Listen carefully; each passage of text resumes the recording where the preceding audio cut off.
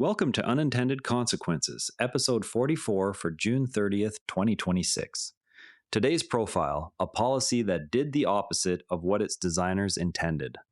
On a Tuesday morning in February 2003, drivers approaching the newly marked boundary of central London encountered a £5 daily charge they had never paid before.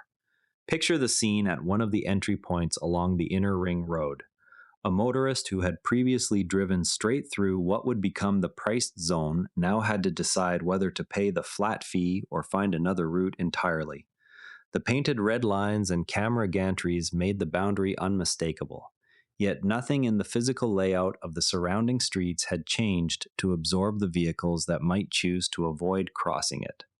Inside the zone, traffic volumes fell noticeably within weeks. Transport for London's early counts showed roughly 15% fewer vehicles entering during charging hours, which translated, if you start with a baseline of 100 vehicles on a typical morning, to only about 85 vehicles making the same trip. That reduction eased conditions for buses and remaining cars within the 8 square mile area. Yet the same arithmetic implied that 15 vehicles per 100 had to go somewhere else or not travel at all. Outside the painted red lines, however, residents in Hackney, Tower Hamlets, and parts of Islington began recording longer queues on their local high streets and higher readings on air quality monitors that had previously shown steadier numbers. These were not the main radial routes that planners had modeled most carefully. They were the residential connectors and shopping streets that sat just beyond the cordon. Monitors that had once registered gradual improvements now captured incremental rises in nitrogen dioxide at certain boundary sites, a shift that appeared smaller or even reversed compared with the clearer drops recorded inside the zone itself. Ken Livingstone, elected mayor of London in 2000, had inherited a city whose central streets were among the most congested in Europe. Average speeds during peak hours had fallen below 10 miles per hour, which meant that a journey that should have taken 15 minutes could stretch to 25 or 30. And bus reliability suffered as a direct result because the same slow-moving traffic delayed every service that crossed the core.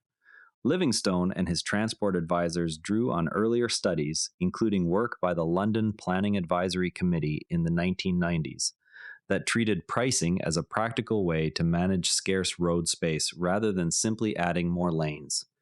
Those studies had shown that even modest charges could shift some trips to other times or modes, and the policy aligned with the new Greater London Authority's powers under the 1999 Act, which explicitly allowed road user charging as one of the tools available to the mayor. At the time, the dominant concern was the visible gridlock inside the historic core.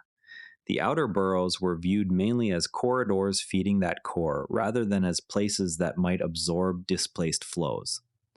One obvious objection is whether planners simply overlooked the boundary roads. The record shows that some outer borough councillors did raise displacement concerns during the 2001 to 2002 consultation. Yet the prevailing view was that any spillover effects could be studied after the scheme began and adjusted if necessary. The charge took effect on February 17, 2003, across an 8 square mile zone bounded by the Inner Ring Road. Cameras recorded number plates at entry points, and drivers could pay by midnight the same day, removing the need for physical barriers while still creating a sharp financial line. Within the first month, Transport for London reported a 15% drop in vehicles entering the zone during charging hours, and a 30% reduction in congestion measured by journey time delays. If 100 vehicles had previously crossed a cordon point, the new figure was roughly 85. The time saved on each remaining trip compounded across thousands of daily movements. Livingstone described the scheme as a spectacular success in his 2004 progress report because those central numbers improved so quickly. Early monitoring focused on central counts and bus speeds. Boundary road data were collected but received less immediate public attention because the primary goal had been to demonstrate relief inside the zone. Traffic that previously crossed the zone now stopped short or diverted around it. Counts on the Marylebone Road and other inner ring road sections rose by roughly 4 to 10% in the first year, according to Transport for London's own boundary monitoring. If a road had carried 1,000 vehicles on an average day before the charge, the new total could reach 1,040 to 1,100, enough to lengthen queues at signals and increase idling. In residential streets just north and east of the zone, local authorities recorded increases in through traffic that had not been modeled in detail beforehand.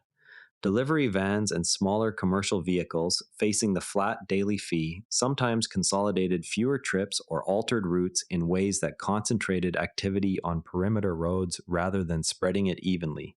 Residents in Hackney and Islington reported longer waits at local junctions and, in some cases, rerouted school runs that added minutes to already tight schedules. The causal chain was straightforward once the numbers are examined step by step. A cordon price creates a sharp discontinuity at its edge. Inside the line, the cost is £5, outside, it is zero.